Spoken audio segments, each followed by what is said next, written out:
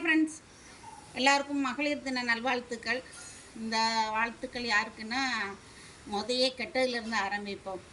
பிள்ளைங்களை விட்டுட்டு வேறு மாதிரி போகிற பொம்பளைங்களுக்காக வேண்டி இந்த பதிவு கிடையாது. அதே மாதிரி காதலன் கூட சேர்ந்துக்கிட்டு இப்போ 2 நாளைக்கு முன்னாடி நியூஸ் வந்துச்சு, ஒரு பொண்ணை அவங்களுக்கும் கிடையாது, அந்த மாதிரி பொம்பளைகளுக்கும் கிடையாது. அதே மாதிரி இப்படி சொல்கிறோம், மாமியார் மாமனாரெல்லாம் விட்டு துரத்துத அந்த பொம்பளைகளுக்கும் இந்த பதிவு கிடையாது. வேறு மாதிரி சம்பாதிக்கணும்னு நினைக்கிற அவங்களுக்கும் இந்த பதிவு கிடையாது. என்னோடய வாழ்த்துக்கள் எல்லாம் பிள்ளைகளுக்காக வேண்டி எல்லாத்தையும் சகிச்சுக்கிட்டு குடும்பம் நடத்துகிற பெண்களுக்கும், அதே மாதிரி வேலைகளுக்கு நாம் ஃபஸ்ட்டெலாம் நினைப்பேன், எப்படி நினைப்பேன்னா, நம்ம வீட்டில் இருக்கோம் காலையிலேருந்து நைட்டு வர வேலை இருக்குது அப்படின்னு நினைப்பேன். நிறைய நாள் நினச்சிருக்கேன் நான். ஆனால் அது தவறுங்கிறது ஏன் பொண்ணு இப்போ ஓடிக்கிட்டு இருக்கா பார்த்தீங்களா, அப்போ புரியுது. என்ன தான் நம்ம வீட்டில் இருக்க நினைப்போம், அவங்களுக்கெல்லாம் வேலைக்காரங்க இருக்காங்க, அவங்களுக்கு என்ன வேலை அப்படின்னு நினைப்போம். அப்படி இல்லைங்க. காலையில் எந்திரிச்சதுலேருந்து ஏர்லி மார்னிங் எந்திரிச்சா தான் அவங்க எல்லாம் பண்ணிவிட்டு பிள்ளைகளுக்கும் சாப்பாடெல்லாம் எடுத்து வச்சுட்டு பிள்ளைகளுக்கெல்லாம் சொல்லி கொடுத்துட்டும் என்னென்னக்கு வேணுமோ எடுத்து வச்சுட்டு ஓடுறாங்க. ஓடிட்டு ஹை லெவலில் இருக்கும் போதெல்லாம் என் பண்ணலாம் சில நேரம் மீட்டிங்கில் நைட்டு 11-12 மணி ஆகுது வீட்டுக்கு வர்றதுக்கு, இல்லைங்களா? அப்போல்லாம் சில நேரம் 9 மணிக்கு வந்தாலும் அதுக்கப்புறம் பிள்ளைகளுக்கு மறுநாளைக்குள்ள பாடம்லாம் சொல்லி கொடுத்துட்டு பிள்ளைகளுக்கு என்னென்ன எடுத்து வைக்கணுமோ அதெல்லாம் எடுத்து வச்சுட்டு அதுக்கப்புறம் தாங்க தூங்குறா. அதை பார்க்கும்போது தோணுது, வேலைக்கு போகிற எல்லா உமனும் இருக்கிறதுலே பெஸ்ட்டுங்க. இது மாதிரி வீட்டில் இருக்கவங்களும் சலிச்சவங்க கிடையாது. வீட்டில் இருக்கவங்களுக்கும் காலையில் 5 மணிலேருந்து ஆரம்பிக்கணும். பிள்ளைங்க ஸ்கூலுக்கு போகுதுன்னா 5 மணிலேருந்து சமைச்சு எல்லாம் செஞ்சு ஹஸ்பண்டுக்கெல்லாம் எடுத்து வச்சு எல்லாம் அனுப்பிவிட்டு அதுக்கப்புறம் தான் ஒரு 10 நிமிஷம் உட்கார முடியும். அந்த 10 நிமிஷத்துக்கு அப்புறம் திருப்பி என்ன செய்யணும், ஓடிக்கிட்டு இருக்கணும். தான் சாப்பிட்டு பாத்திரம் கழுகி வீடு துடைச்சி துணி துவைச்சி, நீங்கள் கேட்கல அப்போ தான் மிஷின் இருக்கமான்னு. மிஷின் இருந்தாலும் சும்மா துவைக்காதுங்க. அந்த மிஷினில் துணியெல்லாம் போடணும், அதை எடுத்து காயப்படணும், திருப்பி மடித்து வைக்கணும், எல்லா வேலையும் இருக்கும். வீட்டில் இருக்க பெண்களுக்கும் பகல் ஃபுல்லாக வேலை இருக்கும். மத்தியானம் சாப்பிட்டு அதுக்கப்புறம் கொஞ்சம் வேணால் அவங்க ரெஸ்ட் எடுக்கலாம். அதுக்குள்ளேயும் பிள்ளைங்க வந்துடுவாங்க. அப்புறம் பிள்ளைங்களுக்கு பார்த்து அதுக்கப்புறம் டீ போட்டு டீக்குள்ளே ஸ்நாக்ஸு செஞ்சு எல்லாம் பண்ணி திருப்பி ஹஸ்பண்ட் வந்தாங்கன்னா அவங்களுக்கு பண்ணி நைட்டுக்கு சாப்பாடு செஞ்சு எல்லா வேலையும் வீட்டில் இருக்க பெண்களுக்கும் ஈக்குவலாக இருக்குது. அதே மாதிரி காட்டு வேலைக்கு போகிறவங்களுக்கு ரொம்ப கஷ்டம்னா ரொம்ப கஷ்டம். நம்ம ஆஃபீஸருங்க படித்தவங்கள பற்றி பேசுகிறோம், படித்தவங்களுக்கு ஈக்குவலாக, ஏன் ஈக்குவலாக இல்லை, அதை விட கஷ்டம் இவங்களுக்கு என்னென்னா காலையில் எந்திரிச்சதுலேருந்து வேலை வேலை வேலை வேலை ஓடணும், போய் வெயிலுக்குள்ளே வேலை பார்க்கணும். அவங்களுக்கும் வீட்டில் பிள்ளைங்கள விட்டுட்டு ஓடி இருப்பாங்க. பிள்ளைங்க என்ன செய்தோம் எது செய்தோன்னு மனசு கிடந்து அடிச்சுக்கும். வேலையில் இருக்கவங்களுக்காவது வீட்டில் பிள்ளைங்கள பார்த்துக்க ஆள் இருப்பாங்க. காட்டு வேலைக்கு போகிறவங்களுக்கு அதுவும் இருக்க மாட்டாங்க. அது இந்த காலத்தில் பொம்பளை பிள்ளைகளெல்லாம் விட்டுட்டு போகிறவங்களுக்கு சொல்லவே வேண்டாம். வேலைக்கு போய் நிற்கும், ஐயோ நம்ம பிள்ளை ஸ்கூல் விட்டு வந்துருப்பாளே, என்ன செய்தாலோ, யார் வீட்டில் இருக்காளோ, என்ன பண்ணுறாளோ அப்படிங்க அந்த டென்ஷன்லேயும் வேலை பார்த்து வீட்டில் வந்தால் போதா குறைக்கு குடியார ஹஸ்பண்ட் கிடச்சிட்டாங்கன்னா அது அதை விட மோசமான ஒரு வாழ்க்கையாக இருக்கும், குடியாரன்னு தாக்கப்பட்டுட்டு. ஆனால் அதையும் சகித்து குழந்தைகளுக்காண்டி வாழ்கிறாங்க பார்த்துக்கோங்க. அவங்களுக்கெல்லாம் என்னோட ரொம்ப பெரிய வாழ்த்துக்கள், என்னோடய வாழ்த்துக்கள். அதை எல்லாரையும் மீறி நான் ரொம்ப மனசுக்குள்ளே போட்டுறது யாருன்னா சிங்கிள் பேரண்ட் அப்படின்னு பார்த்தீங்கன்னா, ஏதோ ஒரு விதிவசத்தால் ஏதோ ஃபேமிலிக்குள்ள அண்டர்ஸ்டாண்டிங் இல்லாமல் பிரிஞ்சு போனாலோ இல்லைனா ஹஸ்பண்டு விட்டுட்டு போனாலோ அந்த குழந்தைகளுக்காண்டி வாழ்கிறாங்க இல்லையா, அவங்க எல்லா பெண்களை விட உயர்வாக நான் சொல்லுவேன். ஏன் ஒரு படி மேலேயே சொல்லணுன்னா, அவங்க பிள்ளைகளுக்காண்டி எப்படி சொல்கிறது, உடம்பு சுகத்துக்காக அல்ல, அப்படி போகிறவங்க நான் ஒரு நாளும் மதிக்க மாட்டேன். அது எப்படியா கொஞ்சம் ஆளாக இருந்தாலும் சரி, குழந்தைகளுக்கு வேண்டி நீங்கள் கூட சொல்லலாம். எப்படி சொல்லலாம், பொம்பளை நினச்சா எப்படினாலும் வாழலாமான்னு சொல்லலாம். எப்படிங்க வாழ முடியும்? 250 ரூபா சம்பளம், காட்டு வேலைக்கு போகிறாங்கன்னு வச்சுக்கோங்க. அந்த 250 ரூபாய் வச்சு அவங்க என்னெல்லாம் பண்ணுவாங்க? வீட்டில் எல்லா திங்ஸும் வாங்கணும், எல்லாம் பண்ணணும், பிள்ளைகளை படிக்க வைக்கணும், பிள்ளைகளுக்குள்ள எல்லா தேவைகளையும் பூர்த்தி பண்ணணும்.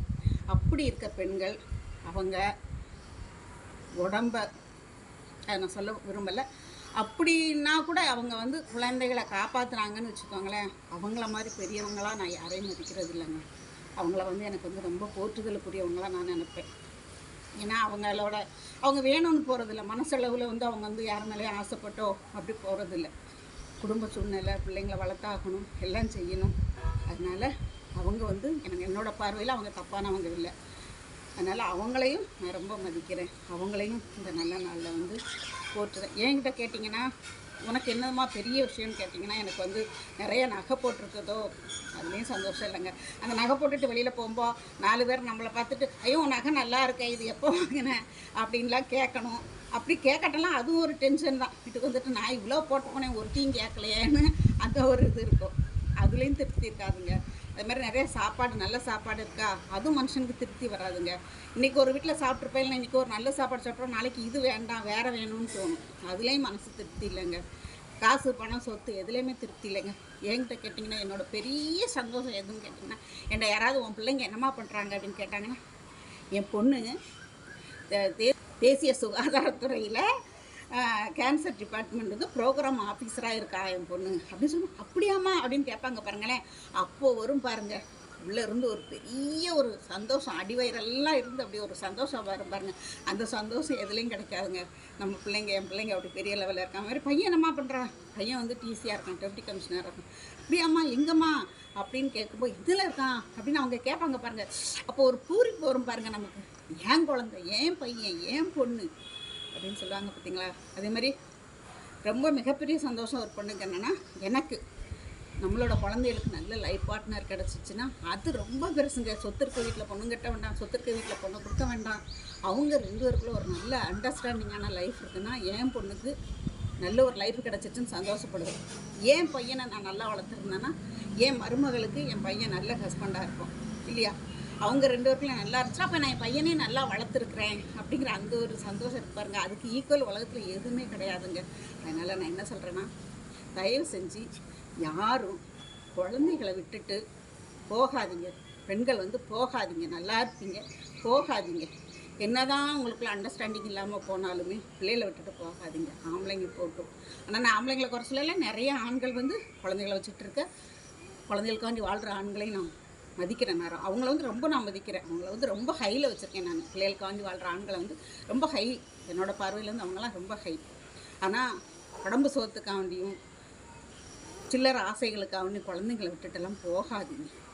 அது வந்து அது உங்களுக்கு இப்போ சந்தோஷமாக இருக்கலாம், அந்த லைஃப் வந்து இப்போ சந்தோஷமாக இருக்கலாம். ஆனால் அது அந்த லைஃப் வந்து ரொம்ப நாள் இருக்காதுங்க. அந்த சந்தோஷம் வந்து ரொம்ப நாள் இருக்காது. என்ன கஷ்டப்பட்டுனாலும் உங்களுக்கு 2 பேருக்கும் பிடிக்கலையா மியூச்சுவலாக பிரிஞ்சுக்கோங்க. ஆனால் குழந்தைகளை மட்டும் விட்டுட்டு போகாதீங்க. ஒரு தாயை போல் கண்டிப்பாக குழந்தைகளுக்கு வந்து வேறு யாராலையும் இருக்க முடியாதுங்க. தாய் தான்.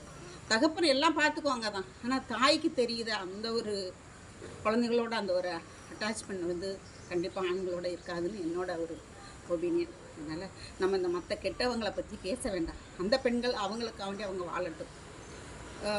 சமூக ஊடகங்களையும் தவறான பதிவுகள் போடுறவங்கள வந்து நான் வந்து பெண்களாகவே மதிக்கிறது இல்லை. நான் அவங்கள வந்து பெண்கள் லிஸ்ட்லேயே நான் சேர்க்க மாட்டேன். அவங்க ஒரு தனி ரகம். அதனால் அவங்களுக்காண்டி இல்லை, குடும்பத்துக்காகவும் குழந்தைகளுக்காண்டியும் பேரண்ட்ஸ்க்காண்டியும் சின்ன சின்ன வீட்டுக்குள்ளே சண்டைகள் இருந்தாலும் அதெல்லாம் சகிச்சுக்கிட்டு அட்ஜஸ்ட் பண்ணி வாழ்கிற பெண்களும் சரி, வேலைக்காண்டி ஓடியோட பெண்களுக்காண்டியும் சரி, காட்டு வேலை பார்க்குறவங்களுக்காண்டியும் சரி, வீட்டு வேலை பார்த்துமே. ஏன்னா வீட்டு வேலை பார்க்குறவங்கள சொல்லணும், நான் காட்டு வேலையை சொல்கிறேன். வீட்டு வேலை பார்க்குற பெண்கள் வந்து உண்மையிலே ரொம்ப பாவங்க. 2-3 வீட்டுக்கு போவாங்க ஓடி ஓடி ஓடி. அப்போ அந்த போகிறதுக்கு முன்னாடி வீட்லேயும் சமைச்சு வச்சுட்டு வரணும். அவங்க நம்ம வீட்டுக்கும் வருவாங்க, அடுத்தோட்டு போவாங்க, அடுத்தோட்டு ஒரு 3-4 வீட்லேயாவது வேலை பார்க்குறவங்கள நான் வந்து சென்னையில் பார்த்துருக்கேன். இங்கேயுமே எனக்கு ஹெல்ப் பண்ண வர அந்த அக்காவும் பார்த்திங்கன்னா, அவங்களும் ஒரு பையனெல்லாம் வச்சுருக்காங்க. அவங்க யாரும் அவங்க கவனிக்கிறதில்ல. அந்த அக்காவும் 4 வீட்டுக்கு வேலைக்கு போகிறாங்க. பாவமாக இருக்கும், இந்த வயசான காலத்தில் 4 வீட்டில் வேலைக்கு போகிறாங்களேன்னு ரொம்ப கஷ்டமாக இருக்குது.